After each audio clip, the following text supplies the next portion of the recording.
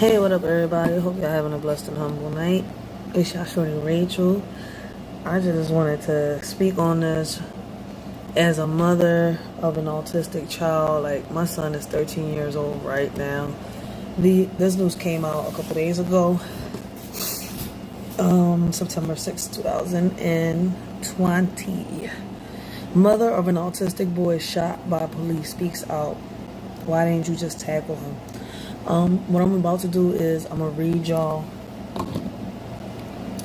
this article real quick, right? And then I'm going to give y'all a little bit of advice for some of y'all parents that don't know about CT officers and regular officers. When it comes to situations like this, when you're dealing with people with autism, schizophrenia, and stuff like that. Alright, so let's get started with the article real quick.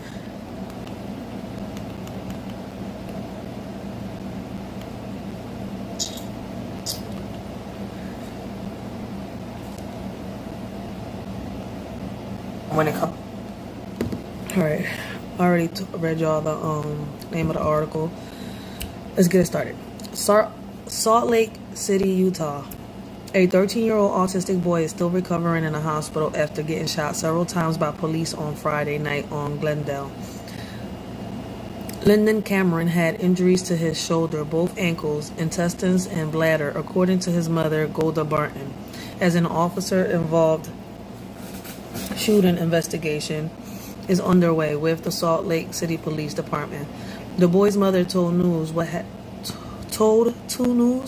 happened. Barton said she was the one who called the police and asked for a crisis intervention team. Oh, and she did. She said her son, who was Friday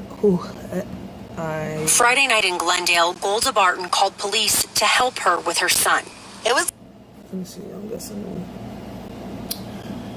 I'm guessing they meant to say who was Asperger's, was having a mental breakdown. She spoke briefly about how she was told how the CIT would respond.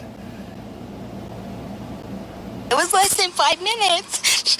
How could it have escalated in less than 5 minutes?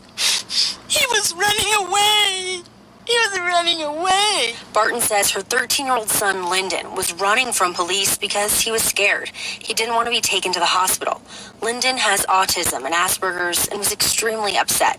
Barton called the police and asked for a crisis intervention team that knows how to deal with people with mental health issues, okay? So you call them, and they're supposed to come out and be able to de-escalate a situation using the most minimal force possible. Exactly. Telling officers her son needed to be taken to the hospital for treatment. I said, look, he's unarmed. He doesn't have anything.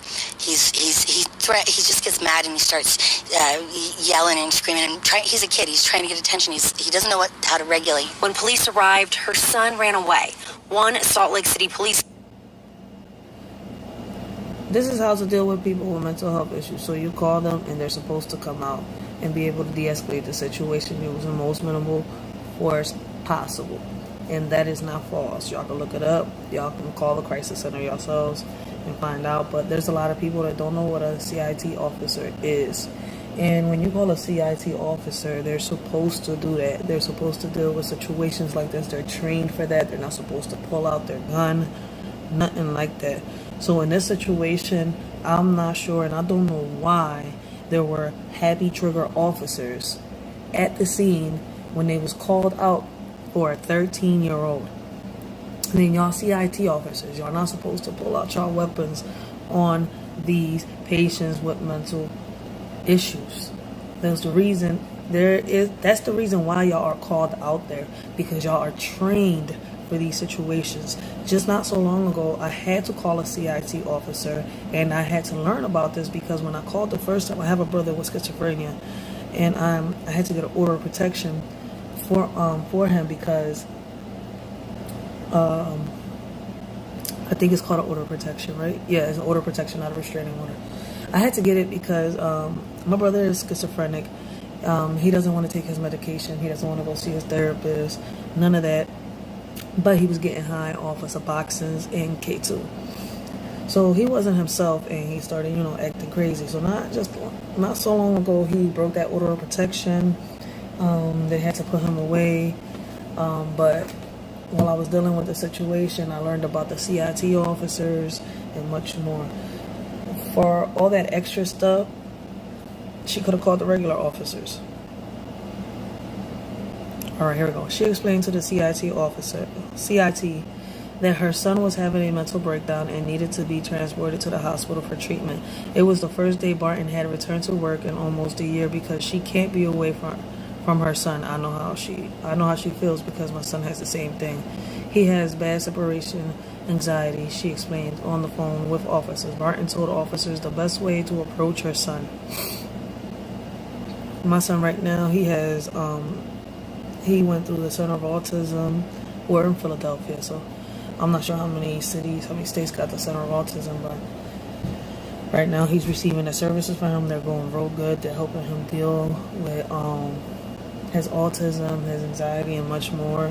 He's right now going to a private school because we won a lawsuit against the school district of Philadelphia and McClure, Alexander McClure, here on Huntington Park, due to what happened to him.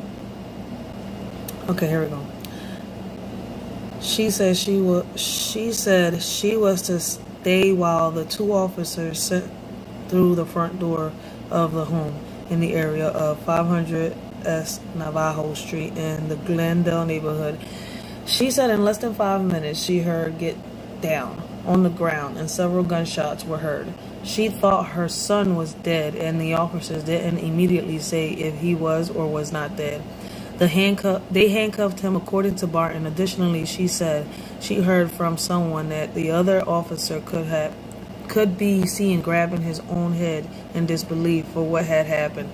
He said out loud, according to what the mother was told, "He's just a child. What are you doing?" This account of what happened is all according to Barton. SLCPD said police were called to the area for a report of a violent psych issue involving the juvenile having a mental episode and making threats to some folks with a weapon. Sergeant Horrock did not say whether a weapon was located.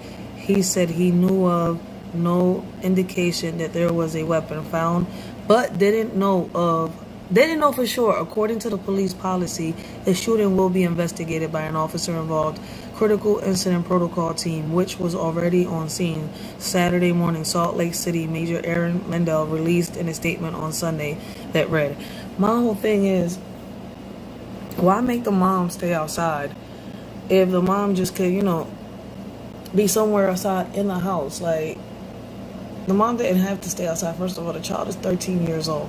She should have been able to see everything that was happening, especially when it was inside her house. People, y'all need to learn your laws. Parents, please, please, please, please grab them books.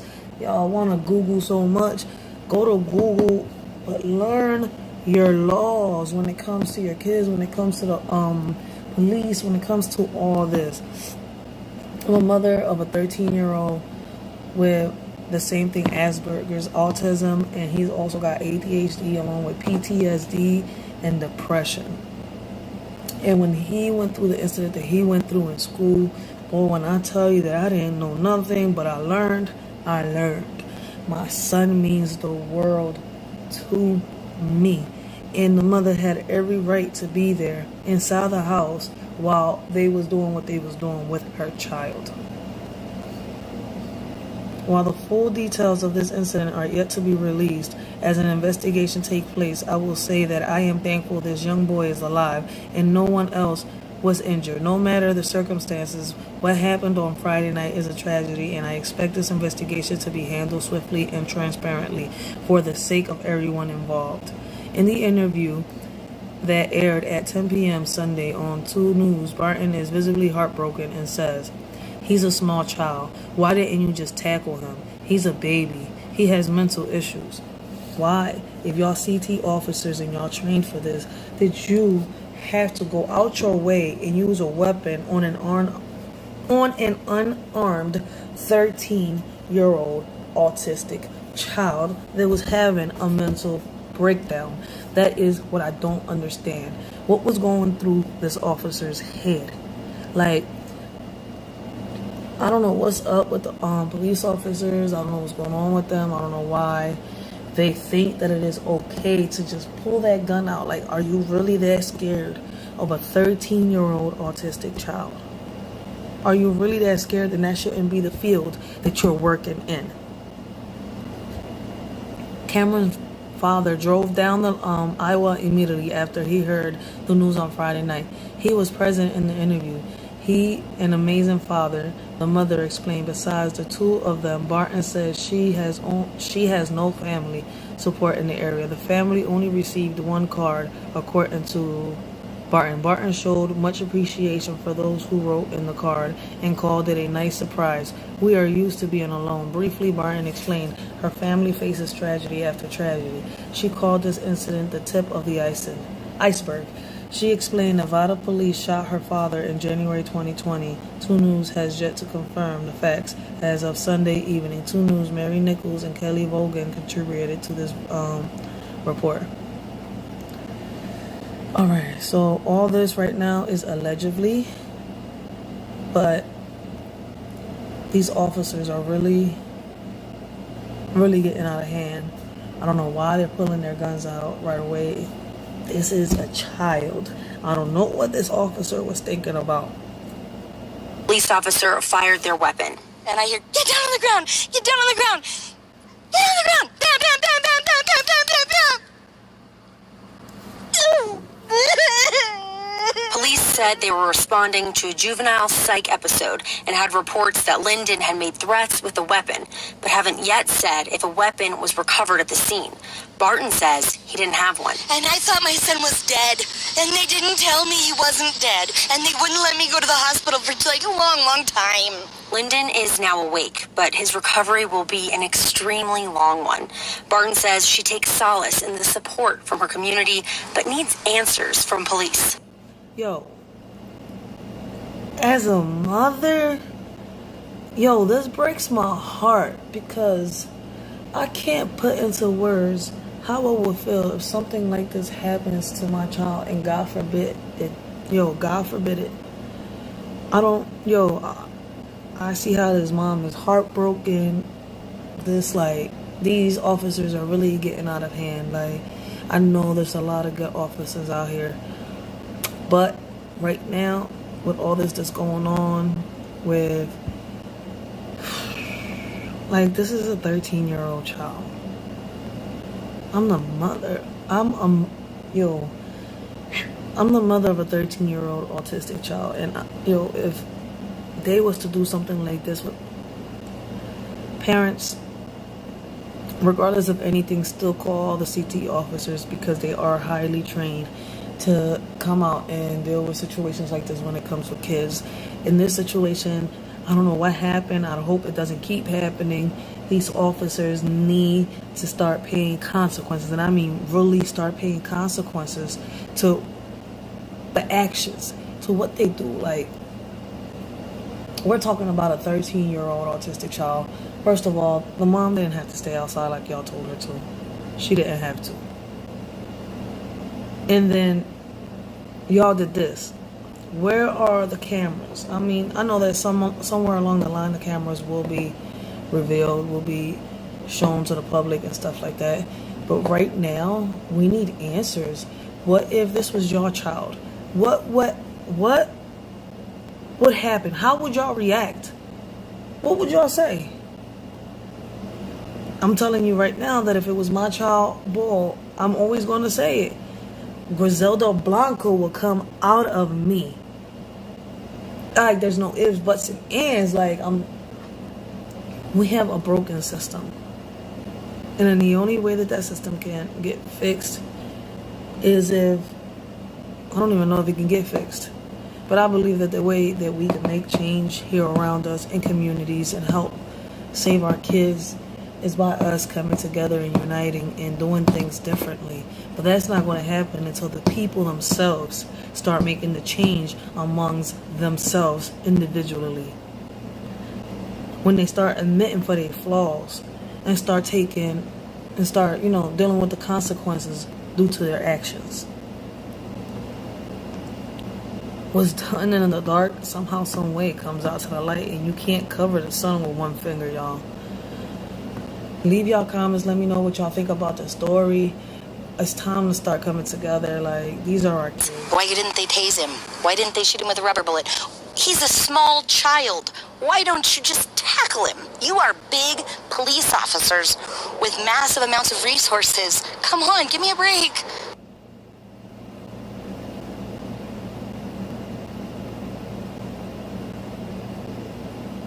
So,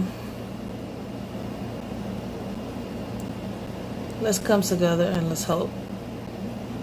Like, this really breaks my heart and makes me want to cry. Like, damn, I never want to see my son in this situation. And I'm hoping that this police situation gets fixed, because it's not all of them.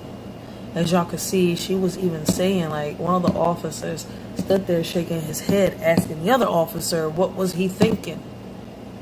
Now we have a child here with all types of problems and much more added to the situation, to the problems that he had, because of an officer that, instead of helping, made the situation wrong. Leave y'all comments. Let me know what y'all think. Let me know how y'all think we can come together, or what could be the best solutions in communities to, like, prevent situations like this. Like, leave y'all comments. This is just crazy. Till next time, this y'all Shorty Racheal. I hope that all of y'all have a blessed and humble night.